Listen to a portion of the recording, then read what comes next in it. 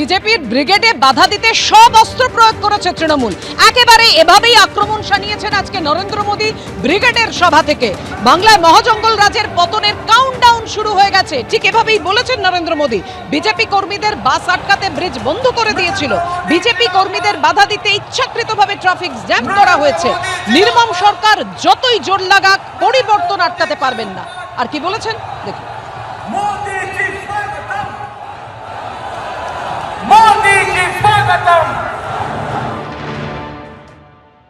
बंगाल में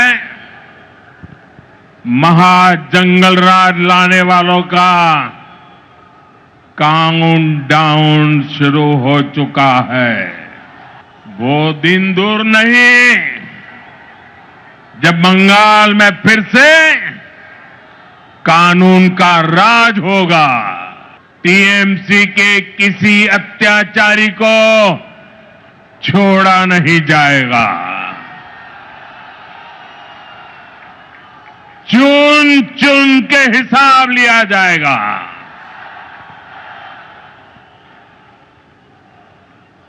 भाइयों बहनों, यहां की निर्मम सरकार चाहे अब जितना जोर लगा ले, परिवर्तन की इस आंधी को अब निर्मम सरकार रोक नहीं पाएगी। टीएमसी के किसी अत्याचारी को छोड़ा नहीं जाएगा। चुन चुन के हिसाब लिया जाएगा।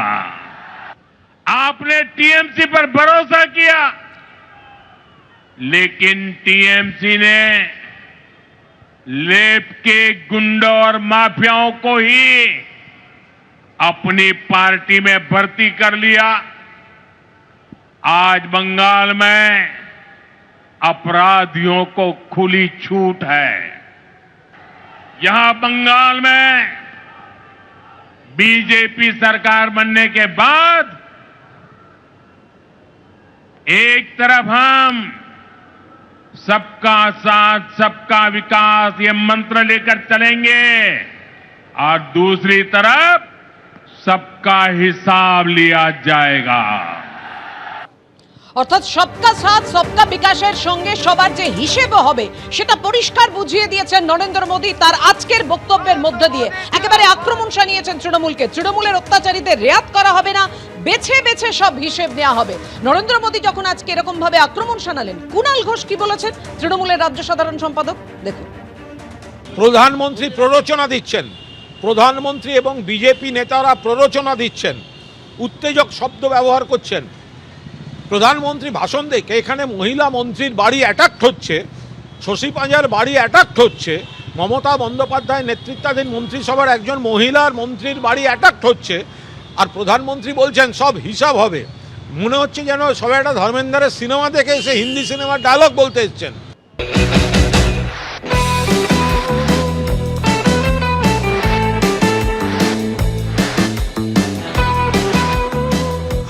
পাতি করে খুঁজেও কোথাও খুঁজে পাচ্ছি না, জানেন তো কি বলবো। আর কোনো জায়গা আমি বাদ রাখিনি। হ্যাঁ, বইয়ের র্যাক, তারপরে আলমারির মাথা, তোষকের তলা, ঠাকুমার তোরঙ্গ, সব জায়গায় খুঁজে দেখে নিয়েছি, আমি কোথাও খুঁজে পাইনি।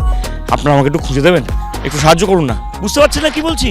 আরে বাবা, আমি সুভাষ মুখোপাধ্যায়ের সেই আশ্চর্য কলমের কথা বলছি, কারণ তিনিই তো লিখে গেছেন, দিনকে রাত, সোজাকে কাত, হতাশকে হাত করতে এ কলমের জুড়ি নেই।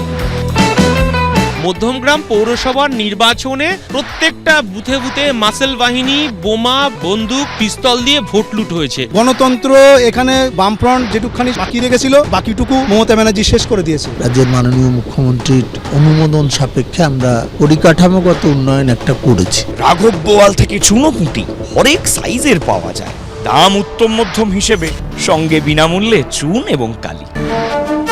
বেকারদের দিকটা তো চিন্তা ভাবনা করা উচিত, এদিকটা কোনো খেয়ালই নেই। খেলা মেলা পুজো এসবই নিয়ে একটু ব্যস্ত বেশি থাকে নাকি। উন্নতি হয়েছে বলে মনে হয় না। প্রথম যখন ভোট দিই প্রথমে একটা বোমাবাজি হয়েছিল, এমনই হয়েছিল যে আমি আমার ছেলে, মানে তখন আমার ছেলে 1.5 বছরের বাচ্চা আমার কোলে ছিল, আমার কোলের সামনে বোম পড়েছিল। অ্যাক্সিডেন্ট যখন হবার তখন হবে। এবার হ্যাঁ, দু এক ক্ষেত্রে হয়ে যায় অনেক সময় রেষারেষি ক্ষেত্রে, তার জন্য আমরা যে বেরোতে পারছি না, আমরা ভয় পাচ্ছি না, এই কথাটা সম্পূর্ণ মিথ্যে। যাকগে আপাতত এই কলম খোঁজাকে মুলতুবি রেখে আমি চলে এসেছি মধ্যম গ্রামে। তবে এখানেও কিন্তু খুঁজবো, মানে নির্বাচনের আগে জনতার মনের কথা খুঁজবো।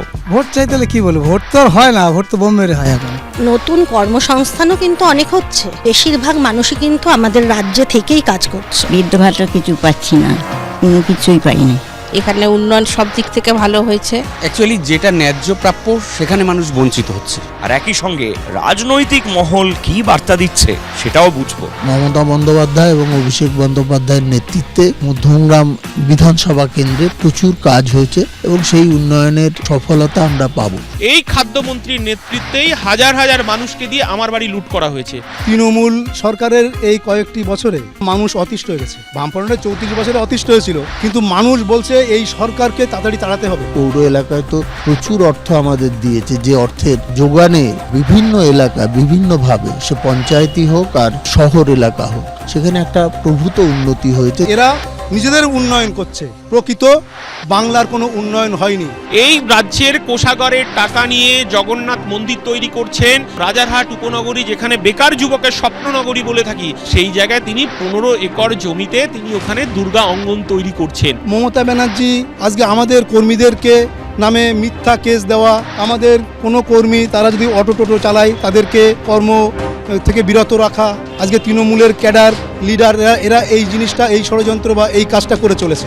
অটো সিন্ডিকেট, টোটো সিন্ডিকেট, 30,000 টাকা থেকে শুরু করে 3 লাখ টাকা পর্যন্ত তৃণমূলের নেতাদেরকে দিতে হয় রোড পারমিশনের জন্য। যত অটো ছিল আগে সেটাই কাট অফ করা আছে, নতুন করে কোনো অটো কিন্তু নামেনি। আর এটা একটা প্রচার সব জায়গাতেই আছে, এখানেও হয়তো হচ্ছে। বিধানসভা নির্বাচনের 3টে ইনিংসে মধ্যম গ্রামের মধ্যমণি হয়ে রয়েছেন খাদ্যমন্ত্রী রথীন ঘোষ। 2011, 2016 এবং 2021-এ হ্যাট্রিক করেছেন। 2011 সালে এই কেন্দ্রে সেকেন্ড পজিশনে ছিল ফরওয়ার্ড ব্লক। সেইবার বিজেপির ভোটের শতাংশ ছিল মাত্র 3।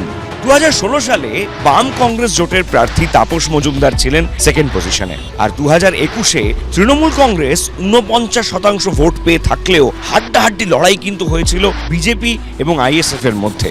সেখানে 24% ভোট গেছিল বিজেপির ঘরে, আর আইএসএফ পেয়েছিল 21% ভোট।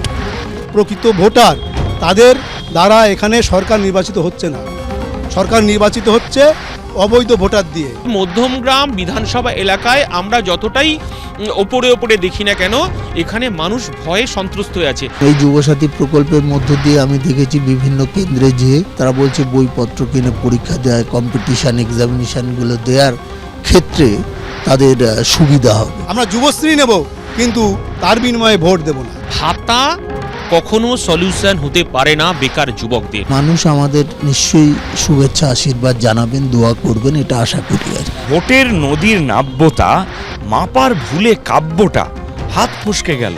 দিস্তে দখল ইস্তেহার পড়ার আগেই 2.5 বার তাকে ভয় দেখালো। বৃদ্ধ ভাতা হেন কিছু পাই না। একটা শিক্ষিত যুবক যাকে বাবা মা পড়াশোনা শেখালো, যার দরকার ছিল চাকরির, যার দরকার ছিল কাজের, আমরা দেখলাম তাকে ভাতা দিয়ে মুখ বন্ধ করার চেষ্টা করা হচ্ছে। এই যে যুবসাথী খুবই ভালো করছে, টাকাটা পেয়ে নিজের ব্যবসার কাজেও যেটুকু জমিয়ে ব্যবসার কাজেও লাগাতে পারবে। আমাদের এখন একটা কাজের দরকারের জন্য পরিবর্তন দরকার। এখানে সাধারণ মানুষের সঙ্গে আমাদের নতুন করে কিছু চাওয়ার নেই। সূর্য এবার মধ্য গগনে ঢলতে শুরু করবে আর কিছুক্ষণে। চলতে চলতে আমিও অনেকটা পথ পেরিয়ে এলাম। মধ্যম গ্রামের সফর আজ এখানেই শেষ করছি, কিন্তু তারকার চোখে তারকা কেন্দ্র চলতেই থাকবে। আপনারা চোখ রাখুন এবিপি আনন্দে।